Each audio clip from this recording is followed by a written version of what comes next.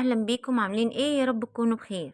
جايلكم النهارده فيديو جديد، هنعمل كده سجق شرقي بطريقة حلوة جدا. جربوه يا رب يعجبكم. انا جبت السجق وحطيت بقى ايه حوالي معلقة زيت بالظبط، لان انتوا عارفين ان السجق بيبقى مليان دهون.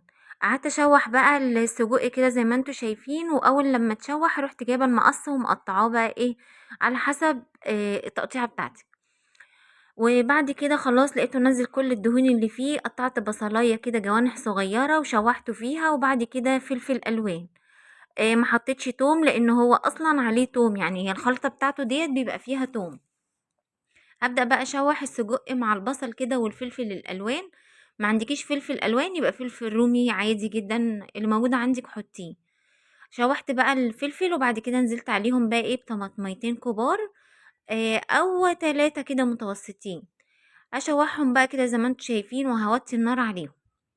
هعمل بقى ايه جنبيهم شوية مكرونة محمرة كده بطريقة حلوة قوي. حطيت شوية زيت، وبعد كده حطيت المكرونة وفضلت اقلب فيها. خلي بالك المكرونة بتتحمر بسرعة.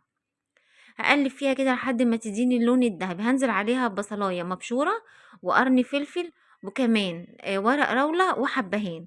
علشان انا ما عنديش شوربه فحبيت اديها ورق روله، علشان ايه تديني نكهه الشوربه، والحبهان يديني برضو ايه ريحتها. هنزل عليها بميه من الحنفيه عادي جدا. لو انت حابه تحطي ميه مغليه ما تحطيش ايه كميه كتيره، لان هي ميه مغليه فهتغلي بسرعه.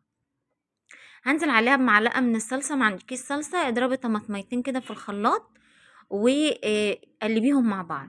معايا بقى مكعب من المرقه، وادي الحبهان اهو حطيته، واحط بقى فلفل اسود وكمون والسبع بهارات وكل البهارات اللي بتحبيها حطيها. وحطيت كمان شويه من الكزبره. هقلب بقى كل الكلام ده كله مع بعض واملحها كويس جدا، واسيبها بقى ايه تغلي. واول ما تبدا تشرب هوطي عليها النار. جيت هنا بقى ايه هو بس حطيت له فلفل اسود لان هو مبهر، مش محتاج ان انا احط كتير. ما تنسوش بقى لو انت اول مره بتشوفوني اشتركوا في القناه وتفعلوا الجرس تختاروا الكل، علشان كل ما انزل فيديو جديد يوصل لكم. جربوا بقى السجق والمكرونه، افكار كتيره وافكار جديده، جربوها يا رب تعجبكم. مع السلامه.